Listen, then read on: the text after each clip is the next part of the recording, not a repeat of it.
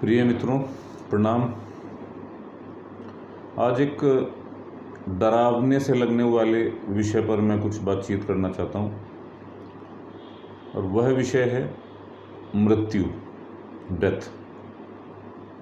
ये एक ऐसा विषय है जिससे हम सभी बचते हैं। इस संबंध में कोई भी विचार नहीं करना चाहता। इसकी तरफ हम पीठ फेरे रहते हैं, एक पर्दा डाले रहते हैं। हम ये भी जानते हैं कि मृत्यु अंतिम सत्य है। हर व्यक्ति बोलता हुआ पाया जाता है कि मृत्यु इस जीवन का अंतिम सत्य है। अगर कोई भी बात जीवन में सत्य है तो वो मृत्यु है। तो आज जब मनुष्य बहुत भविष्य उन्मुख हो गया है, फ्यूचर ओरिएंटेड, वो कल्पनाएं करता है, मन को दौड़ाता है, छलांग लेता है, भविष्य में देखता है। आज पूछा जाता है, जो इंटरव्यू होते हैं विभिन्न जॉब्स के, कि आप अपने को 10 साल बाद, 20 साल बाद कहाँ देखते हैं, यह जाने बिना कि क्या हमारे पास वास्तव में हमारे हाथ में 10 साल, 20 साल हैं भी। आप कुछ विश्व की बहुत प्रमुख हस्तियों पर अगर ध्यान देंगे तो चौंक जाएंगे। आप जानते हैं माइकल जैक्सन एक विश्व के बहुत बड़े नर्तक कहें या म्यूजिशियन कहें, संगीतकार कहें, थे। और उन्होंने ऐसी व्यवस्था की थी कि उनके जीवन को लंबाया जा सके। वो विशेष प्रकार के इंजेक्शंस लेते थे, दवाइयाँ लेते थे, स्वास्थ्य का पूरा ध्यान रखते थे, मगर अंततः वो बहुत ही कम समय जी पाए। मुझे ठीक से याद नहीं है, आप गूगल कर सकते हैं। 60 वर्ष के भी पूरे नहीं हो पाए थे। वो 50 वर्ष के आसपास की आयु में माइकल जैक्सन ने ये संसार छोड़ दिया था। अभी हाल ही में हमने देखा, विगत वर्षों में अगर हम भारत की बात करें तो बहुत से युवा कलाकारों की मृत्यु हो गई। अब सुशांत सिंह राजपूत तो उसमें एक बड़ा शॉकिंग केस थे, बड़ा झटका देने वाले केस थे। उनके अतिरिक्त भी महान गायक के विदा हो गए, महान कॉमेडियन राजू श्रीवास्तव विदा हो गए। और ये कोई ऐसी बात नहीं है कि ये इस दौरान में या इस समय में घट रही है। तो हम जानते ही हैं कि कोई ना कोई हमारा चित्त परिचित व्यक्ति मृत्यु को प्राप्त होता है, उसकी मृत्यु हो जाती है, उसकी जीवन लीला समाप्त हो जाती है। अब इसमें अगर मैं, क्योंकि ओशो के संबंध में बात कर रहा हूँ, थोड़ी सी अगर हम ओशो की दृष्टि को समझें कि मृत्यु के संबंध में ओशो क्या कहते हैं, तो ओशो की एक पुस्तक है, मैं उसका नाम लेना चाहता हूँ और आपसे निवेदन करूँगा कि उस पुस्तक को ढूंढें। उसके प्रवचन आपको यूट्यूब पे भी मिल जाएंगे। उस पुस्तक का नाम है मैं मृत्यु सिखाता हूँ। बड़ा अजीब सा शीर्षक दिया ओशो ने कि मैं मृत्यु सिखाता हूँ। और उस पुस्तक में या उस प्रवचनमाला में ओशो जब बोलते हैं तो ये कहते हैं कि मृत्यु सबसे बड़ा भ्रम है। अब देखिए, ये बड़ी अजीबोगरीब बात है। मतलब ये एक ऐसी दृष्टि है जो बिल्कुल चौंका देती है। ओशो कहते हैं क्योंकि आप किसी को बाहर मरता हुआ देखते हैं कि कोई व्यक्ति था और वो मर गया। मृत्यु के समय उस व्यक्ति के भीतर क्या घट रहा था, ये आपको तो बोध नहीं था, और आप स्वयं की अपनी मृत्यु से तो परिचित नहीं है। तो कभी भी आप बाहर से नहीं जान सकते कि मृत्यु के क्षण में उस व्यक्ति के भीतर क्या हुआ। तो ओशो कहते हैं कि दरअसल जगत में एकमात्र जो सत्ता है वो जीवन की है, मृत्यु का कोई अस्तित्व नहीं है। पर क्योंकि हम जीवन से परिचित नहीं हैं और कोई ना कोई हमारे सामने निरंतर मर रहा है, तो हम कहते हैं कि मृत्यु ही अंतिम सत्य है। ओशो इस प्रवचनमाला में कहते हैं कि जीवन ही अंतिम सत्य है। अब ये बात हम लोगों के लिए बड़ी मोटिवेशनल भी हो सकती है, बड़ी प्रेरणादायी हो सकती है, बड़ी अच्छी लगती है सुनने में कि भाई जीवन का ही अस्तित्व है, मृत्यु तो है ही नहीं, तो हम मरेंगे नहीं। किंतु यहाँ पर ओशो इस शरीर के संबंध में नहीं कह रहे हैं। यहाँ पे ओशो हमारे संबंध में कह रहे हैं। और जब मैं कह रहा हूँ हमारे, मेरे, आपके संबंध में, तो हमारे भीतर जो जीवन है वो जो जीवन हमारे क्रियाकलापों में अभिव्यक्त हो रहा है, जो जीवन इस समय मुझसे बोल रहा है, आपसे सुन रहा है, उसके संबंध में कहते हैं। तो निश्चित ही ये शरीर तो इस जीवन ने धारण किया, अगर मैं ऐसा कहूँ, इस जीवन ने इस शरीर को धारण किया, यानी जीवन इस शरीर के माध्यम से प्रवाहित हो रहा है। और ये बात निश्चित है कि जीवन टेम्पोरेरीली, मैं कहूँगा, ये क्षणिक रूप से जो इस जीवन से प्रवाहित हो रहा है, वो एक दिन इस जीवन से विदा भी हो जाएगा। तो ये शरीर तो जाएगा।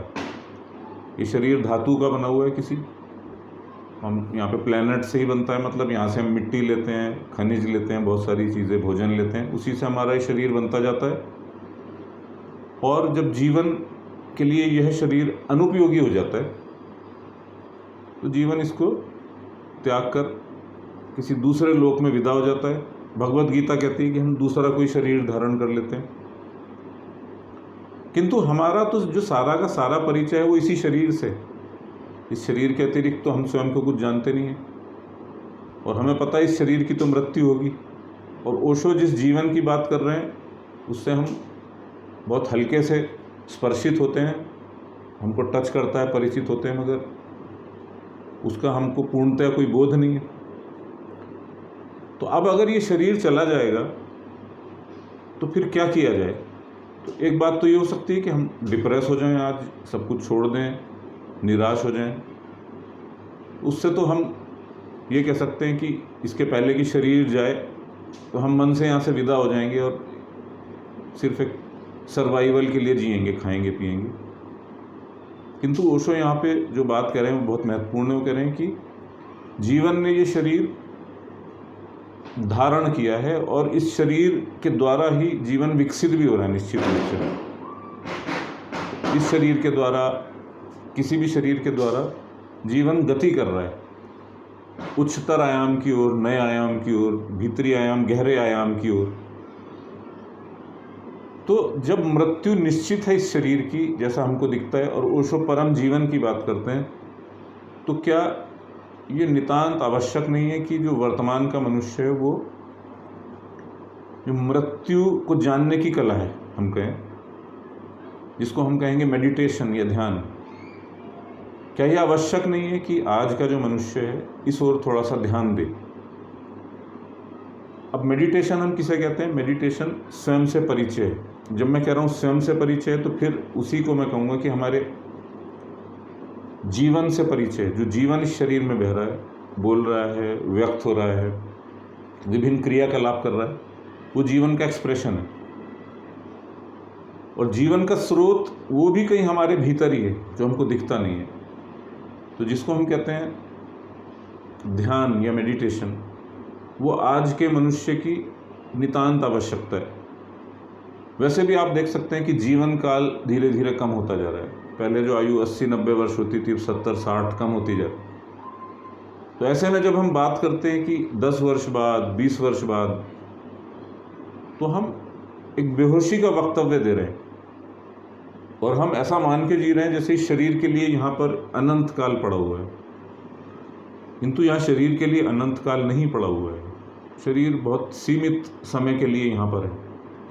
तो क्यों ना हम इस शरीर का उपयोग करें उसको जानने के लिए जो इस शरीर से प्रवाहित होता है। इसीलिए ओशो ने कहा था कि आने वाले समय में, और वो ये बात 50 वर्ष पहले जो उनकी प्रवचनमाला थी, जिन खोजा तिन पाइयाँ, तभी कह के गए थे कि एक बड़े आध्यात्मिक आंदोलन की ज़रूरत है। क्योंकि पृथ्वी पे उनको दिख रहा था कि बड़ा दुख पैदा होगा। जिस प्रकार से मनुष्य का मन विकसित हो रहा था, विचार विकसित हो रहे थे, उनको दिख रहा था कि अब एक दुख की घड़ी आ रही है और एक बहुत गहरे डिप्रेशन में, एक बहुत गहरे अवसाद में जाने की तैयारी कर रही है मनुष्यता। और आज लगभग वह घड़ी आ गई है। डिप्रेसिवनेस की तरफ है मनुष्यता। हम ड्रग्स की ओर भाग रहे हैं, हम शराब की ओर भाग रहे हैं, द्रव्यों की ओर भाग रहे हैं, हम विभिन्न प्रकार के मनोरंजन पकड़ रहे हैं। आजकल तो इंटरनेट, मोबाइल, आप जानते हैं, सब मोबाइल पर रहते हैं हम लोग। इतने समय मोबाइल की ओर हम दौड़ते चले जा रहे हैं। क्यों? क्योंकि हम किसी तरह से उस मृत्यु को भूलना चाहते हैं जो शरीर की तो होने वाली है। और उस जीवन की तरफ जाने की हमारी कोई तैयारी नहीं दिखती, जिसकी बात ओशो कर रहे थे। मैं मृत्यु सिखाता हूँ प्रवचनमाला इसके संबंध में उन्होंने बोली। तो क्यों ना हम इस ओर थोड़ा सा ध्यान दें कि क्या हमारे स्वयं से, अपने जीवन के स्रोत से परिचित होने की तरफ हम कुछ गति कर सकते हैं? क्या उस ओर हम थोड़ा ध्यान दे सकते हैं जहाँ हमारा खुद से ही परिचय हो? और क्या हम उस तत्व की खोज कर सकते हैं जो इस शरीर को धारण करने के पहले भी संभवतः था? मैं कह रहा हूँ संभवतः था, और शरीर को छोड़ने के बाद भी संभवतः होगा। क्योंकि अगर हमारा जो अस्तित्व है वो इस शरीर से ही प्रारंभ हुआ और शरीर पर ही अंत हो जाएगा, बस हमारी इतनी ही सत्ता है, तो फिर तो इस जीवन का कोई बहुत अर्थ नहीं हुआ।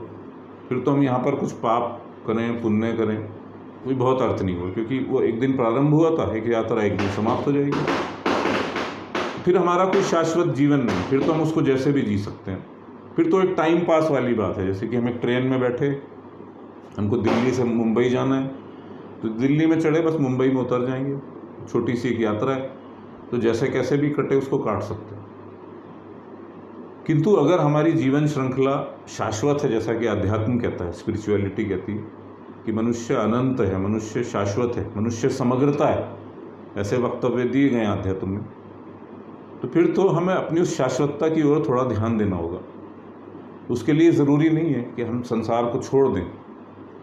इसीलिए ओशो उस संदर्भ में बोले कि यहाँ पे एक आध्यात्मिक आंदोलन की अब एक आवश्यकता है, एक स्पिरिचुअल रिवॉल्यूशन। अब उससे नहीं चलेगा कि कोई एक बुद्ध, एक महावीर कहीं जंगल में चला जाता था, उसके कुछ शिष्य होते थे, वो आध्यात्मिक गति करते थे, और बाकी सब जन संसार में रहते हुए संसार पर ही ध्यान देते थे। अब तो आवश्यकता इस बात की कि आध्यात्मिक आंदोलन जन जन तक पहुँचे, और ओशो ने बहुत महत्वपूर्ण काम किया। उन्होंने मतलब स्पिरिचुअलिटी को, अध्यात्म को आपके हाउस होल्ड से जोड़ दिया, और उसके बाद फिर एक गुरुओं की श्रृंखला मैं देखता हूँ शुरू हुई, जहाँ पे वो भी इसी दिशा में कार्य कर रहे हैं।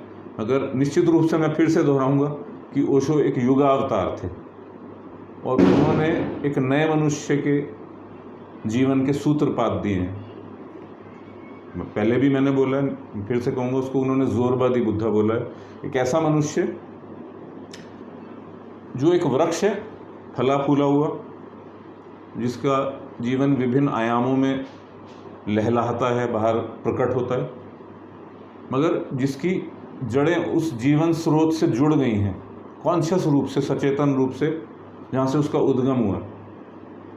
तो ऐसा पेड़ मनुष्य को बनना है जहाँ पे वो बाहर कार्य करते हुए भी अपने भीतर स्थिर हो सके उस जीवन स्रोत में, और जब समय आए कि भाई ये शरीर पूरा हो गया है, इसका अवधि पूरी हो गई, तो वो वापस उस जीवन स्रोत में डुबकी लगा सके।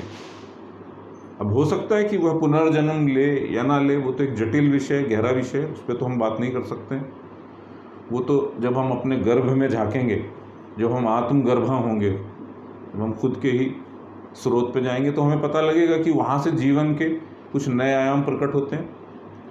पर निश्चित रूप से ये व्यक्तित्व, ये सारे विचार, ये सारी भावनाएं तो टेम्परेरी हैं, इस शरीर से जुड़ी हुई हैं, इसके सारे रिश्ते नाते इस शरीर से जुड़े हुए हैं। तो शरीर तो चला जाएगा, और चला ही गया है, चला जाएगा जब हम कहते हैं चला ही गया है, क्षण दो क्षण के लिए। तो हमें अब वो आवश्यकता नहीं कि हम जंगल में चले जाएं या कुछ अपने काम छोड़ दें। तो ये जीवन बाहर का चलता रहेगा, सतह पर, परिधि पर, सरकमफ्रेंस पर, और भीतर एक ऊर्जा की दिशा अंतर उन्मुख हो जाएगी।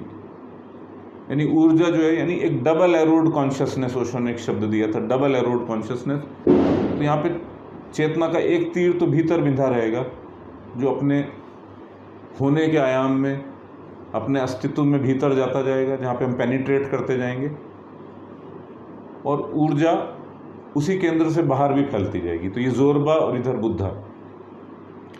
तो ऐसा अभी घटा नहीं है, हमको ये अचीव करना है, इसकी ओर प्रयास करना है।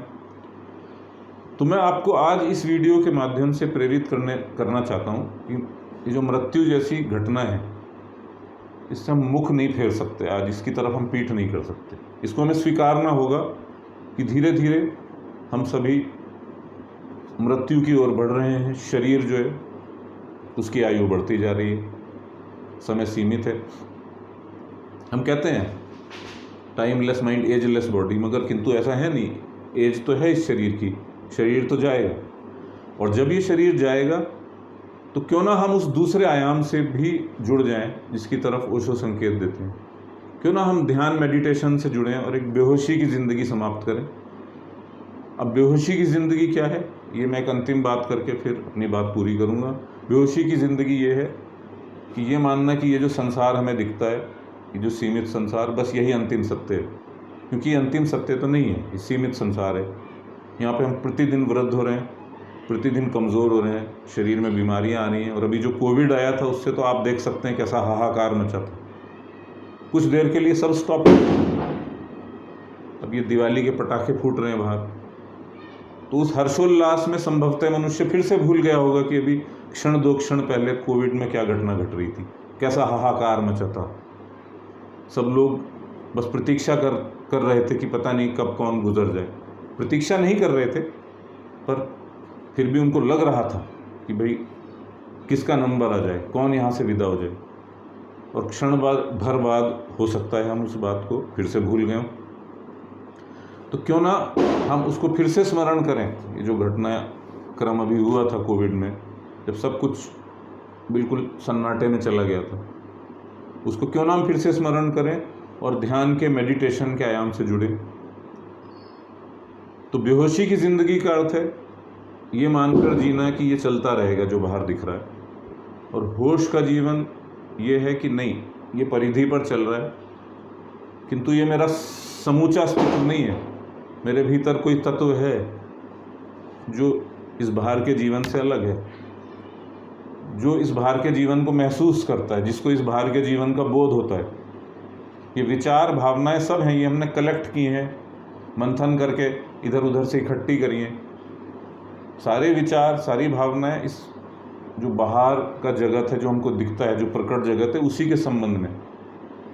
किंतु कोई तत्व है जो इन विचारों से, इन भावनाओं से भी परे है। कोई ऐसा तत्व है जो हमारी परम गहराई में बैठा हुआ है, और पूरा ध्यान का विज्ञान उसी ओर इशारा करता है। तो आगे मैं इसमें जो ओशो की ध्यान की विधियां हैं, ओशो की देशनाएं, उनके संबंध में भी बात करूंगा अपने इस चैनल पर।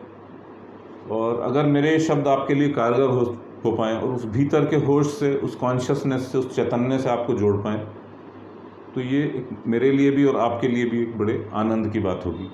तो इन थोड़े से शब्दों से मैं आज इस वीडियो को अंत करता हूँ। मैंने बात की मृत्यु की, परम जीवन की और ध्यान की। इस वीडियो को देखने के लिए बहुत बहुत धन्यवाद, और एक दूसरे वीडियो में मैं फिर आपसे संपर्कित होऊंगा। प्रणाम।